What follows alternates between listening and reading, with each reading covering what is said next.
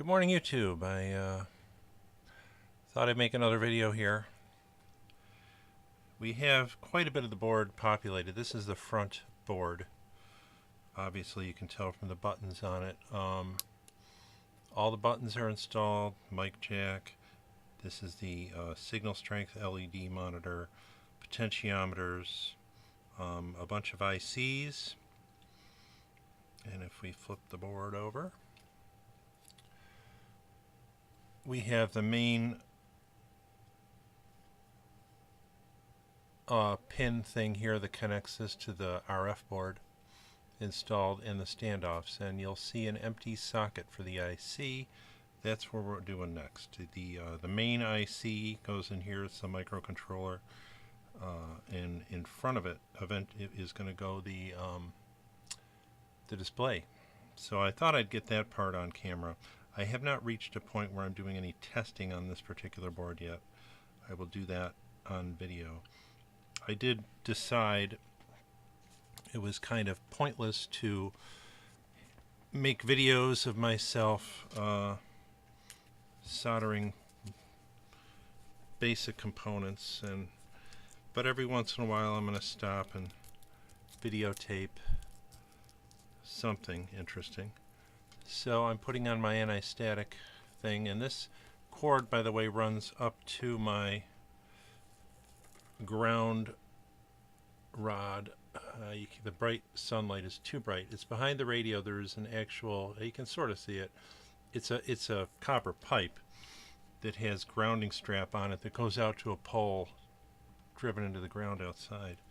So I am grounded to the ground, literally. Earthed, as they say in England. So I'm going to bring over my little pan here of parts. Show you what we got going here. So this is the front panel we're working on now that I'm going to put the LCD on. That is the control panel that I already built, that it was on a previous video. That goes behind it. And the IC that we're installing is right there. And then up in this corner, which is a little bright, is the display screen, which we're putting on after that. So we're going to do the IC and the display screen. I thought I'd do those two things on camera, just to get something on camera. After those parts are all in, I believe we get to a point where we start doing some more resistance testing. Nothing has been powered up yet, and I think those will be the more interesting videos, but I didn't want to wait too long between videos. So I am grounded, and I'm also going to touch my radio screws on my Kenwood across the bench, which you can't see. There is a lot of static this time of year in the fall. Every time I kiss my wife now, she wants, I've taught her to do this. I said, grab my hand first, and I said, now we're at the same ground potential, and we don't shock each other, because I keep shocking her. Here we go. So this is the main controller chip for the board. And I know people know this on the video, but I'm just going to go over it anyway, just out of interest and out of understanding. These only go in one way. They will go in either way, but you're only supposed to put them in one way. On the board, see if I can get a close up here. Yeah, you can see it. You will see down at this end, there's a little white notch on the silk screen, and there's a corresponding little divot in the pin holder that you can kind of see there, and that corresponds with the divot here. And pin 1 is always here on these chips. They go 1 to, well, this is 1 to 40. I think it's a 20 pin chip, I believe. I think it's 20 pins on each side. Haven't counted it, but I think that's what it is. So what I'm going to do first of all, though, is when you first get these, the pins are a little bit splayed out to the side, so you just take it and evenly and gently put a little pressure down on those pins against the desk, and that kind of pushes them in. Don't get carried away. They're very fine and they bend easily. And if you bend them back and forth a couple times, they're going to break off. So this goes in here, and I'm just going to review the instructions because I'm quite obsessive about making sure I'm not making a mistake, because once you put these things in, any part in, it's always a pain to have to backtrack. Before handling U1, touch an unpainted ground metal surface. Yes, we did that. Or put on a wrist strap. We did both. Straighten the pins as you did with the microcontroller on the control board, which I just did. Insert it into the socket on the bottom of the board. This must be done before continuing with the LCD installation, since the LCD's presence will make pressing U1 into the socket more difficult. Be sure U1 is completely seated with no bent pins. And then we move on to the LCD after that. Okay, it's pretty basic. It's what I just said. So we're gonna, and I do use my magnifying glass, which I'm really enjoying. I got this, I think I already mentioned it. I bought this one just for this project off of, yeah, they're still kind of splayed out a little bit. I don't want to force it in there. And you can kind of bend them in, sort of, you know, but you don't want to do that. It's better to bend them all evenly on a flat surface on the desk, if you can. And now they're a little bit too far in. Maybe not, though. Let's see. Nice and easy. The other thing I'm trying to be conscious of, and I guess it bears mentioning, is not only should you wear this wristband when you're handling these ICs, but once they're all installed and you're handling the board a lot and moving it around, picking it up, you got to be careful too not to touch your finger to an IC, because if you get that static discharge into it, and it's really, like I said, it's amazing this time of year in the winter how charged everything is, because the air is so dry. We have very cold temperatures across the whole U.S. I know most people already know that. And I'm up in I'm in New York State, eastern New York State, above New York City. I'm near Albany, New York. I'm 20 miles southeast of Albany, New York, in a little village, rural town. And we haven't had a lot of snow. We've probably had maybe 7 inches, 6, 7 inches total. It's hard to say for sure. I haven't looked at the totals on the weather report. Not in the camera very good either. This is why I don't videotape a lot of this. It's like, so all I'm doing is gently squeezing it in, and you could hear that snap. That's what we wanted. It's snapped into the base nicely, although it's crooked. I don't know if you can see that. Yeah, you can see that angle. I don't know why one side went down more than the other. Maybe the other side's not in quite as all the way. I don't want to force too hard. I mean, the pins are in the holes, so it's not gonna, I'm not gonna bend or damage one pin by itself, because they're all moving as a unit now into the hole.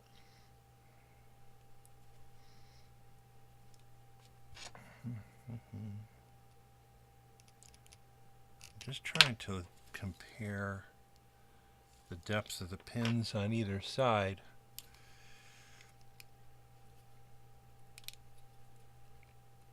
Yeah, I think we're in pretty good. I don't want to really push on it too hard. I think we're pretty level now, actually. You can see that now. Pretty level all the way across from side to side, looking at each side. My white line also indicates the end that goes toward the divot, which is there. So we put it in the correct way. You can take these back out. They're not, they go in about as hard, come out about as hard as they go in, and you're prone to damaging and bending pins if you have to do that. You don't want to have to do that. So that's why I get very anal about reading and rereading the directions and making sure everything's going in right the first time. A lot of these parts, I think they overdo it a little bit in the book. They'll tell you, they'll give you a whole list of ICs, like 4 or 5 of them, the smaller ones, and they'll say, put all these in, like 3 or 4 of them, whatever it is, and then solder them. I think the idea is they don't want you to mix them up one with another. So once you put them all in, before you solder any of them, make sure they're in the right spot.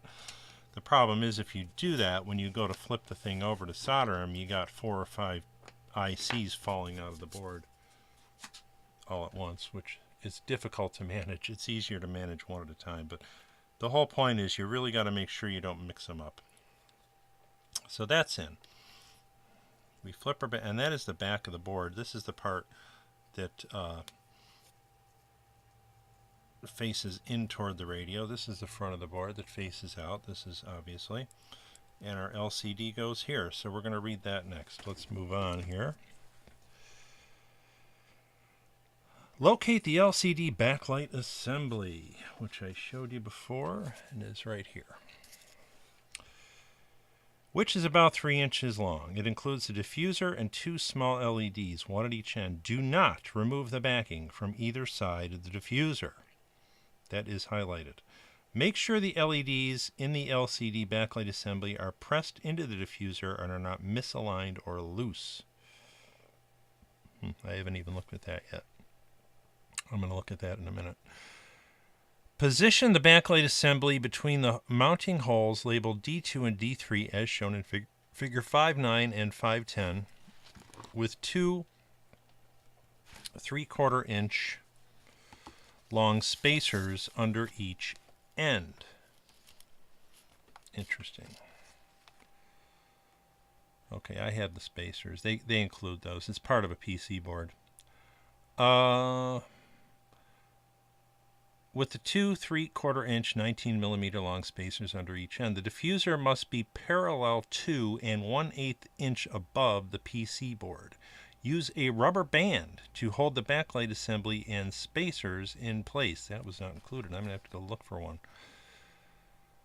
I'm reading this all first before I do it. It's a good idea to do that and then go back. Examine the backlight assembly closely to ensure it is parallel to the front panel and seated against the spacers exactly 1/8 of an inch above the board.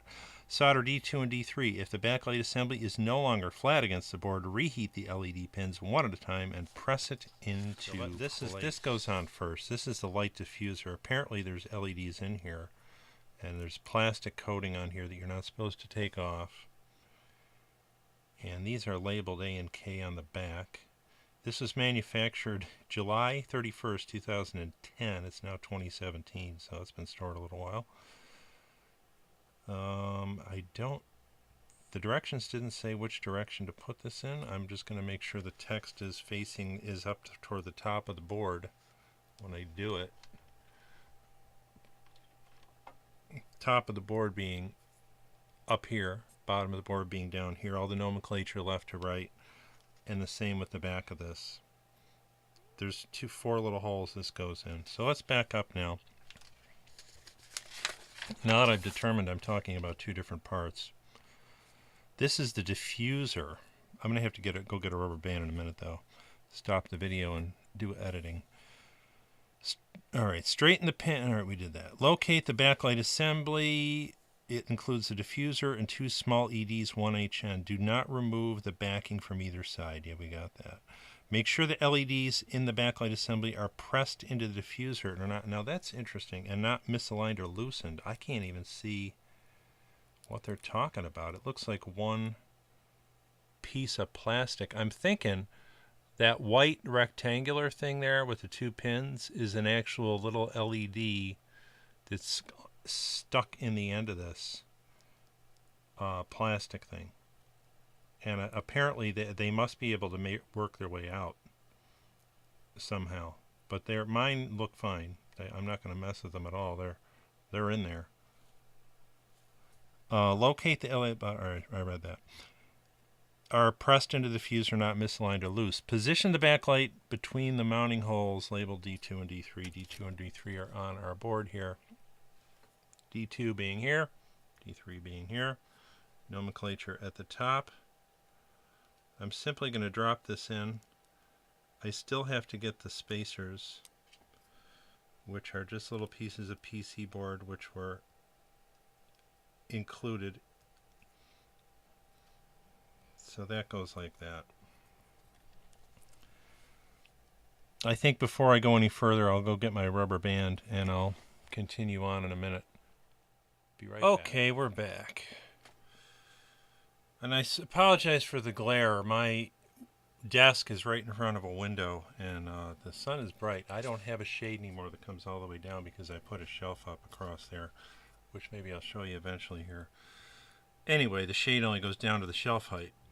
These are the little pieces of PC board, which are the spacers, which were included. It says spacer right on it. And I have my little, if I don't drop everything here, I have my little machinist's ruler. I believe these should be 1/8 inch spacers. And they are. Okay. On edge. They go on edge. There's 4 of them. I don't know why you'd use 4, but let's continue on. I have my rubber band, which is a little bit big, but I'm going to have to double it. I had to go searching through my junk drawer in my kitchen to find a rubber band. I'm a little surprised. I mean, I guess it's basic understanding that you would keep the nomenclature facing up, but I can't help but wonder, a diode is a one-way part. In other words, electricity typically only flows through it in one direction. I don't actually, I have to honestly say, as I'm just saying that and thinking about it, I don't know that an LED or a light emitting diode has the same property where electricity will only flow in one direction, but I'll bet that is true. That would be my basic understanding. And so my thinking is, of course, it's got to matter which way you put this thing in. And if you get it upside down, oh, in fact, it does matter, because you can't see this board right now that I'm looking at. There's a positive symbol on the top of the board showing you which side of the LED is positive. I don't think that's mentioned in the directions. Try to get the camera over without me bumping the board. Let me turn off that light. Oh, that was more source of the glare than the sunlight. That's my LED light, speaking of which. I want to try to show you these positive symbols on the board without moving the board and disrupting my little PCBs that I just took all this time to get on there. Alright. Well, it's not going to focus close, but here you can see I put the PCB board pieces, and there's a little plus sign. It's a white plus sign near the 1 pin. And then on the other side, same thing. That one actually focused better for a second. There's a little plus sign. So there is a definite orientation of these to be positive and negative that is not mentioned in the instruction booklet, which I find kind of unusual.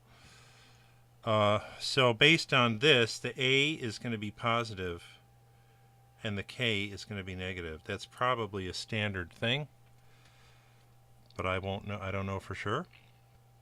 I'm going to pause the video again and look up the data sheet on it. I don't have a quick and easy way to show you my computer screen, so I'm not going to even try. I'll be back. Hello again. I could not find anywhere online a reference to this part, searching the numbers off it. So I threw it on my little meter, and let's try to get down in here. If we test it,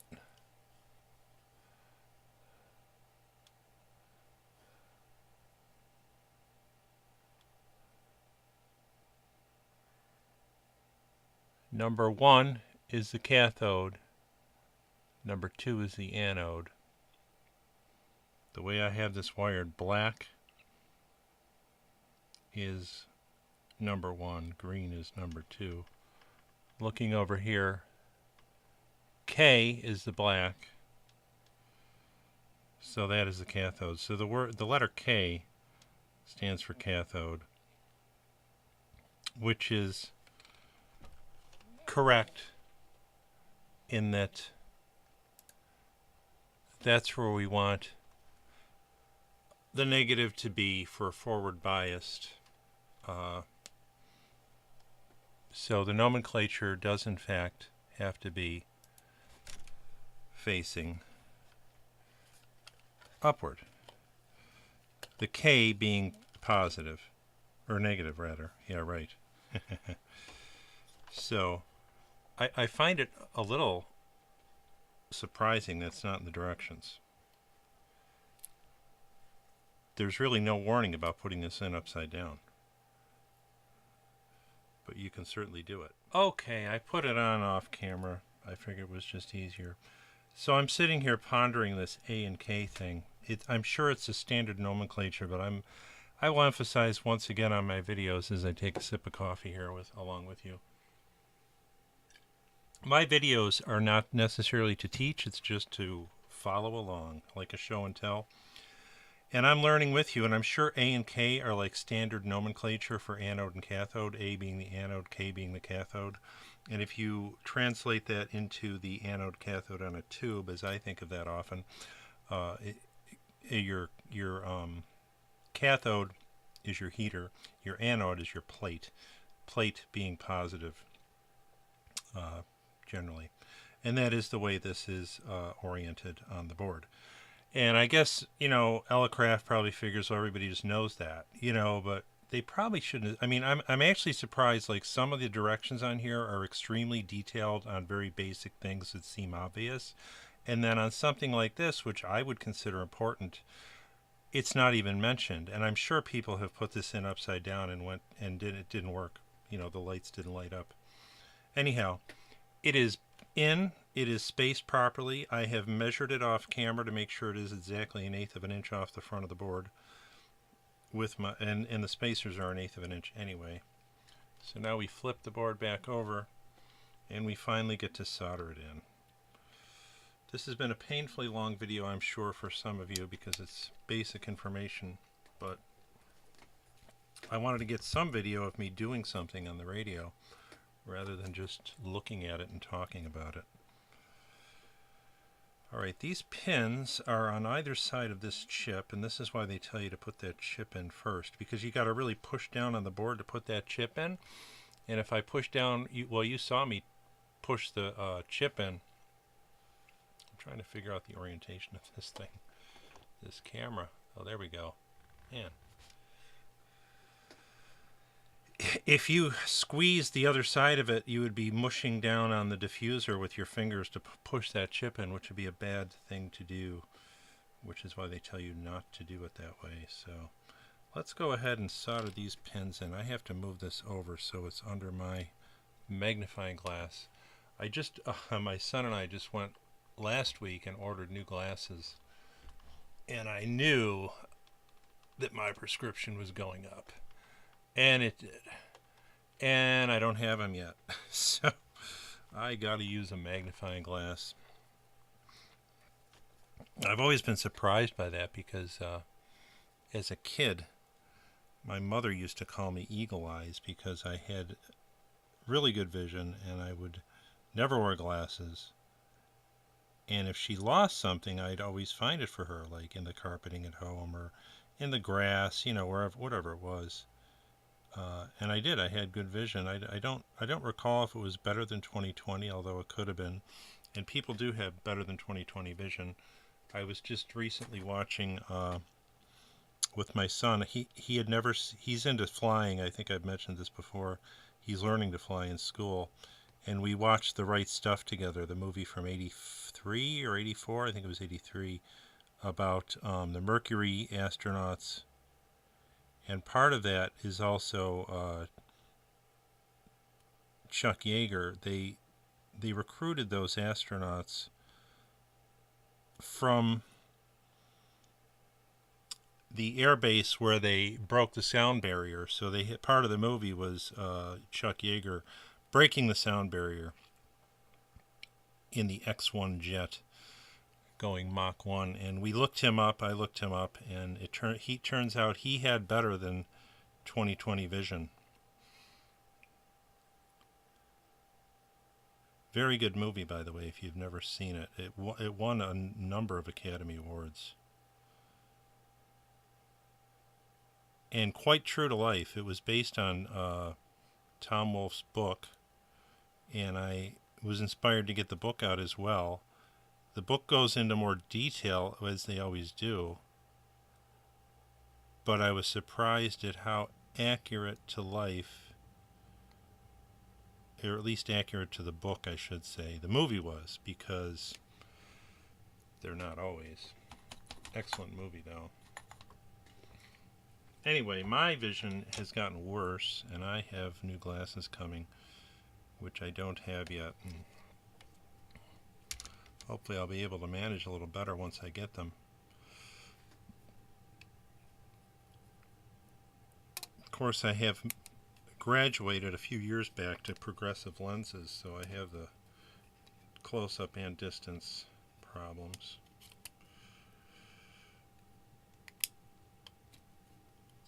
This magnifying glass helps a tremendous amount. I think I showed this before. I never do plugs for products, but in the past I used to have a magnifying glass when I was building soft rock radios. My little spacers are falling out the bottom here. And you know, the old type would be on a big boom that clamped to your desk, and it had a regular incandescent bulb in it.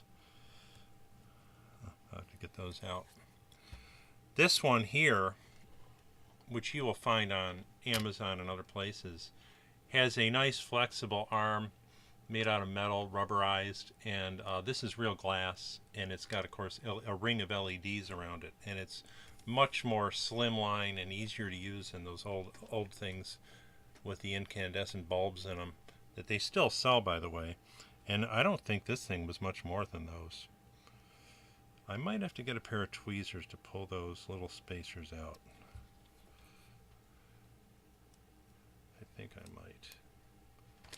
Alright, I'm not going to bore you with that on camera. I think the next thing to do is to do the LED, the front part of it. Let me get those little diffuser spacers out and we'll move on to the next part. Okay, I took the spacers out, read ahead in the book, and found out you're not supposed to take the spacers out till the LED is, till the LCD is soldered above it, because I assume it keeps it from flexing, so I ended up sliding them back in after I took them out. So here's the LCD. I followed the directions and carefully checked it to make sure there was no plastic covering on the back side. There is a plastic covering on the front side, which you leave intact. If there was one on the back, you're supposed to take it off ahead of time. And I did double check that. And again, I apologize for the bright light, but I need my magnifying glass to make sure we get this thing in here correctly. So this thing has 20 pins along the top, which you can see in a row, and then there's 6 pins at the bottom, trying to get a good back contrast, which you can see on either corner. And this just slips into the board carefully, and you make sure everything is flush and soldered on the other side. And I may do the rubber band thing again too, although it doesn't mention doing that in the directions. But this thing just sits on here. Presumably when I flip it over, it's going to pop, it's going to slide out. What I generally do a lot of times with parts like this is I'll tip my little holder, PCB holder, on edge without actually flipping it over, so that I can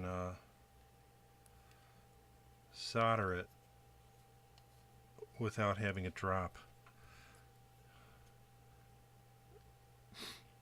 It appears to be, and I'm just examining my pins and making sure they're in. See, and just eyeballing that without my magnifying glass, I thought all the pins were in and they weren't. Now I'm looking through the magnifying glass and I can see some of them were not in.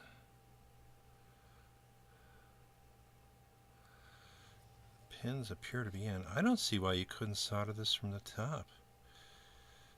It's a double-sided board. It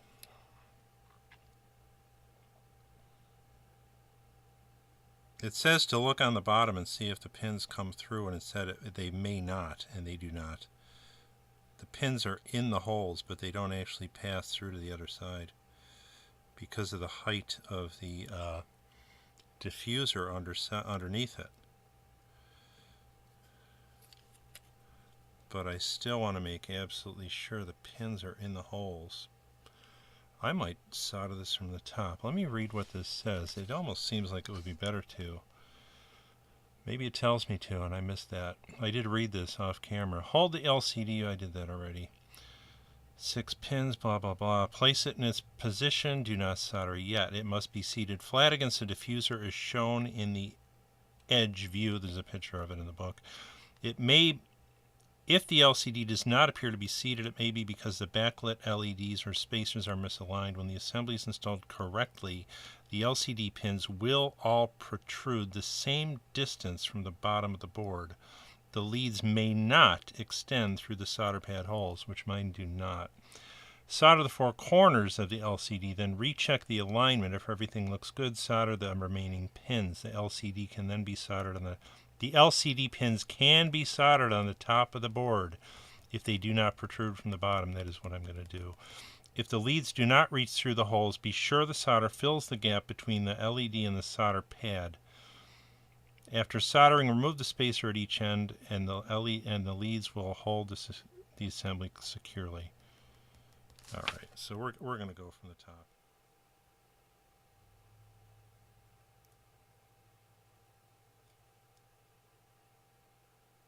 The only thing with my little thing, my little easel, tripod, PCB holder, whatever you want to call it, is you've probably noticed it can be a little tippy.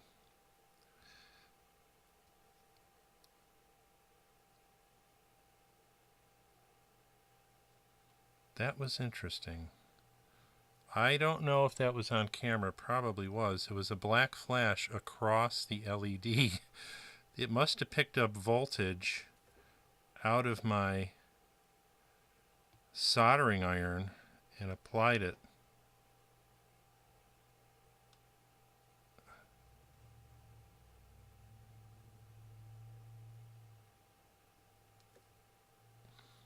To the LED screen. Hopefully it didn't damage it. I don't think it would.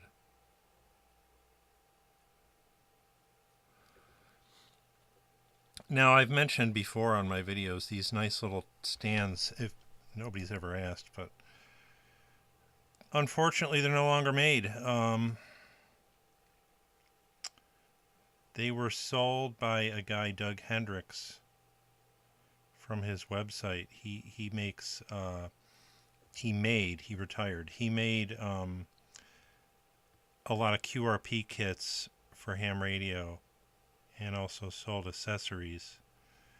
And one of them was this easel. And, well, I keep calling it an easel, whatever. It's a PCB holder, this red aluminum. It's made out of machined aluminum. It's really nice. And he sold the company and retired, and someone took it over. I forget who. And they still sell a lot of his kits, but they do not offer this anymore, which is a shame because it's really nice. I'm glad I bought it. Now, there are PCB holders available. I watched Dave Kassler, which I'm sure a lot of you do too. That did it again. It seems when I get my soldering iron, when it slips and I go across 2 pins, it throws a little voltage into the LED, and I get a little black number going out. But Dave Kassler does ham radio videos. Very good at doing videos, by the way, too. He's much better than I am than at presenting and editing videos. He obviously puts a lot of time into it, too. Anyway, he's done a number of kit builds on his videos, and he recommends a PCB holder that's really cheap. It's like $12 or $13 from Amazon, and it looks not bad. It's different than this one. It has two kind of clamps that go on either end of the PCB board, and it spins, or you can spin the board around in it. The biggest disadvantage I could see in it is it's possible, depending on what board you have, it may not fit in it. Where this one I have, it only clamps onto one spot of the board and allows you to put all different size boards into it easily. The disadvantage being, as you can see on this video, they become, depending on where it's clamped to the board, it moves around. Doesn't help that I have the base of this sitting on carpeting on my desk, though. If I moved the carpeting and had it flat on the wood, it would probably be a little more stable. I mentioned earlier the weather, and then I got sidetracked. So we got about 6 inches of snow, and then it was extremely cold, like it has been everywhere across the U.S. It was negative 10 to 12 at its coldest, and it's warmed up this week. Today, it started out at 15 this morning, I believe, 12 to 15, above zero, and now it's supposed to go up into the 30s. So, but I got on that subject because of the static, and I think the cold, it just freezes all the moisture out of the air. And you become very, the air gets so dry, even in your house, out of your house, Some people do use humidifiers in the winter. I don't happen to have one. Probably should get one.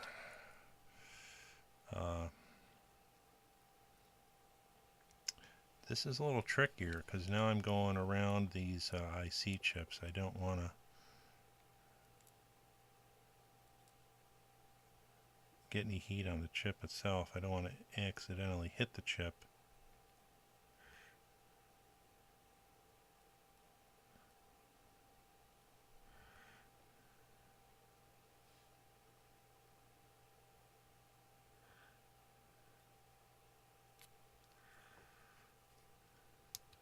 Alright, looks okay.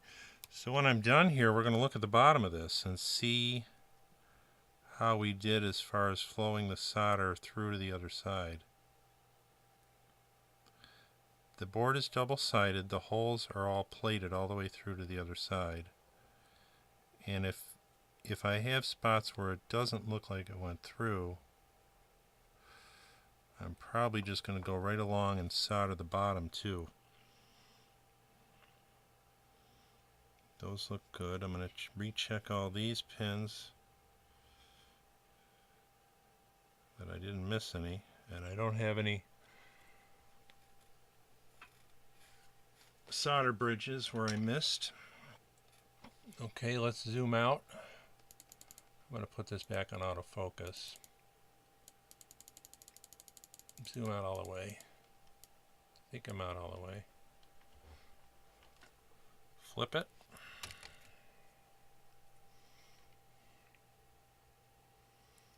Check the bottom. And this, yeah, maybe, let me try this. I haven't never done this. Let me see if I can videotape through the magnifying glass. I don't see why not. Jim Lindenus does a lot. He puts some kind of a magnifying glass on the end of his camera for close-ups. And it surprisingly seems to work. My problem here, though, is again this light. The magnifying glass LEDs are so bright. I have wicked glare. Let's turn on the autofocus. Zoom in. So we're just going to check. I don't think I'm going to be able to focus it good enough so you can see it. Well, I guess you can. You can see right along the edge there, there are nice little dimples of solder.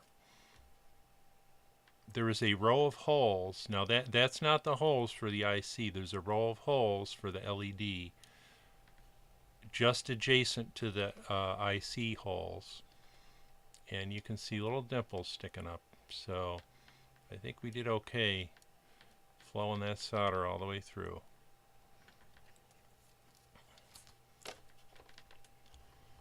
I'm going to re-auto, zoom out, take a closer look myself. Yep, I have good dimples of solder all the way through every single hole, including the 3 pins on either end on the other side. I can see those as well. The solder flowed right through, so we're good. That was the last step in this section. Oh no, it wasn't, but I'm not going to do the next part.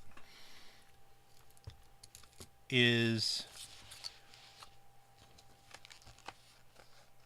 there's a number of capacitors and a resistor network and a transistor up here I'm reading. These parts that you can see listed, I know you can't read them, but they're listed, are all part of the single sideband kit. And if you don't have the single sideband kit, you're just verifying that there's no parts in those holes. But I had the single sideband kit, so now I'm going to have to open that up, pull these parts, and populate the board with them. This simply is resistors and capacitors and 1 transistor. So there's nothing there too interesting. When I'm done, I'm going to do those off camera. The next step here is our table here. This is the resistance checks on the board. We'll do that on camera. That'll be my next video. So I'll be back with that. Thanks for tuning in once again. This is Tom. Wishing you a happy new year and a stay warm. 73.